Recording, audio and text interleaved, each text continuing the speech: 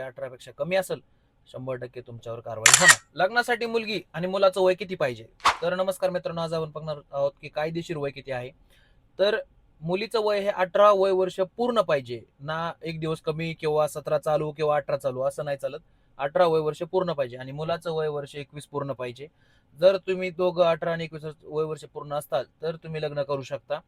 जर एखाद्या मुलीचं 18पेक्षा कमी मध्ये लग्न केलं किंवा त्याला मदत केली कोणी करायला, सहकार्य केलं, तर तुमच्यावर कायदेशीर कारवाई होती. Prohibition of child from sexual assault POCSO मध्ये तुमच्यावर कारवाई केली जाते.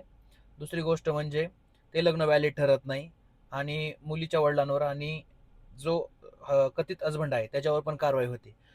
दुसऱ्या जर तिच्या प्रियकराने तिला पळून नेण्याचा प्रयत्न केला तरीही त्याच्यावर कारवाई होती. मुलीचं कन्सेंट चालत नाही. तुम्ही उद्या म्हणू शकत नाहीत की मुलगी स्वतःहून आली, तिच्या इच्छेने आली. अजिबात नाही, असले कारण चालणार नाहीत. कायदा सरळ सरळ सांगतो की जर मुलीचं वय 18पेक्षा कमी असेल 100% तुमच्यावर कारवाई होणार.